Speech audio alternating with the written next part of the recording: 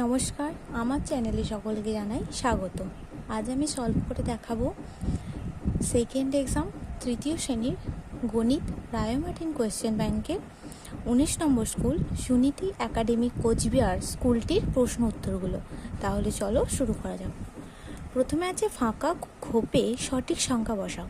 310 থেকে 20 বেশি, তাহলে 310 থেকে 20 বেশি মানে 310 থেকে 20 যোগ করতে হবে। 310 থেকে 20 বেশি তাহলে 330। একটি মাকড়সার 8টি পা হলে 4টি মাকড়সার 32টি পা। 5 টাকা সমান 500 পয়সা। 1 টাকা সমান 100 পয়সা, তাহলে 5 টাকা সমান 500 পয়সা। 8 বার 4 ঘর লাফালে পাওয়া যায় 32 ঘর। 98 থেকে 10 কম, 98 থেকে 10 বিয়োগ করলে হবে 88।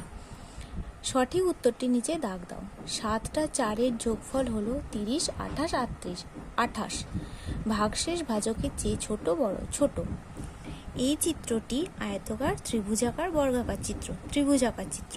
2 সপ্তাহ 14 দিন, 18 দিন, 16 দিন আর 14 দিন। 1 সপ্তাহ সমান 7 দিন, তাহলে 2 সপ্তাহ সমান 7 গুণ 2 সমান 7 দুগুণে 14 দিন। 5টি 10 টাকা মিলে হয় 40 টাকা, 50 টাকা, 60 টাকা, 50 টাকা। তারপর বলেছে ভাজ্য, ভাজক, ভাগফল ও ভাগশেষ নির্ণয় করো। 49 ভাগ 6, 49-এর সাথে 6 ভাগ করলে 6 8 48, 8 আর 9 বিয়োগ করলে 1 হয়ে যাবে, তাহলে ভাজ্য 49, ভাজক 6, ভাগফল 8, ভাগশেষ 1। তারপর বলেছে যোগ করো। 35 টাকা 50 পয়সা, 20 টাকা আর 7 টাকা 20 পয়সা, এই তিনটে যোগ করলে হবে 62 টাকা 70 পয়সা। তারপরে বলেছে সমস্যাগুলির সমাধান করো। বাবা দোকানে গিয়ে 4টি ঘড়ি কিনলেন, প্রত্যেক ঘড়ির দাম 205 টাকা। বাবা মোট কত টাকার ঘড়ি কিনলেন?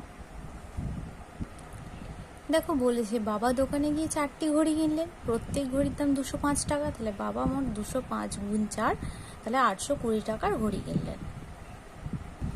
তারপর বলেছে 705টি পেয়ারা 7টি বস্তায় সমান সংখ্যায় রাখলে প্রত্যেক বস্তায় কতগুলি পেয়ারা রাখা হলো, বস্তার বাইরে কতগুলি রইল?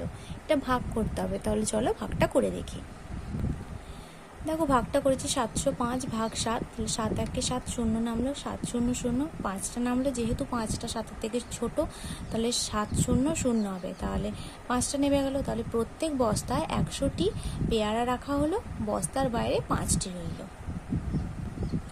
যদি ভিডিওটি তোমাদের ভালো লেগে থাকে তাহলে অবশ্যই লাইক, কমেন্ট, সাবস্ক্রাইব এবং শেয়ার করতে ভুলবে না। ধন্যবাদ।